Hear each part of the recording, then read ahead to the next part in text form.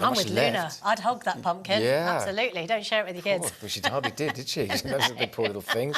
You were saying you wanted to affect the taste. Well, did I mention that? Make it sweet. Yes, maybe. Yeah. Right, let's move on to the weather. And the fog is starting to lift, isn't it, Lily, after days of disruption for travellers? However, still hanging around.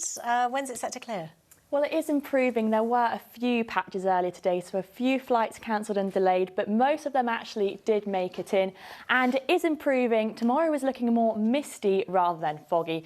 Now, for those of you who aren't sure on the definition, I've got them for you here. So for travelling, but obviously mist can thicken into fog. So if you do see it in the forecast, it's a good idea just to check your travel in case. Yeah, and from some sort of the definition to myth or fact in that case, because it always seems that the Channel Islands get more fog than other places. Is that true?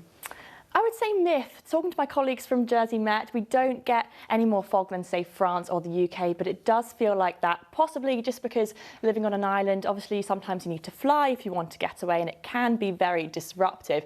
But actually, when we take a look at the satellite from earlier today, looking at the rest of the UK here in the Channel Islands, it's been almost zero. Only Guernsey on the 1st of November had a glimmer of sunshine, just 40 minutes. For the rest of us, it's been nothing. So if it's felt quite gloomy, well, that would be why.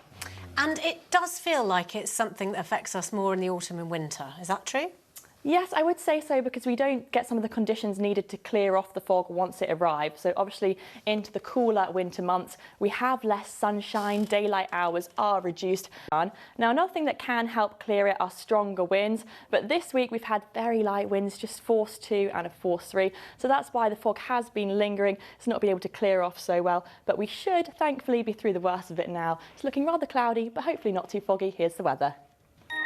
Well, it has been another autumnal day, but at least dry, allowing some of you to get out for a dog walk among the brown and orange leaves. Today, though, very grey and cloudy. There was some fog for a time this morning, causing a touch of disruption and delays among the flights, but it cleared also, not as bad as earlier in the week, though it is still staying rather grey and cloudy tonight with some mist patches as well. We aren't expecting there to be much in the way of fog, though. The wind's light to moderate, coming in from a southeasterly direction, and it is a dry night to come with minimum temperatures of 10 and 11 degrees. So tomorrow looking like another dry day, and it will be grey and cloudy, quite misty as well at times, but we aren't expecting significant fog, so there shouldn't be too much disruption when it comes to flying. The winds are light force 3 to moderate force 4 at times, still coming in from the southeast, and maximum temperatures of 14 degrees across the islands.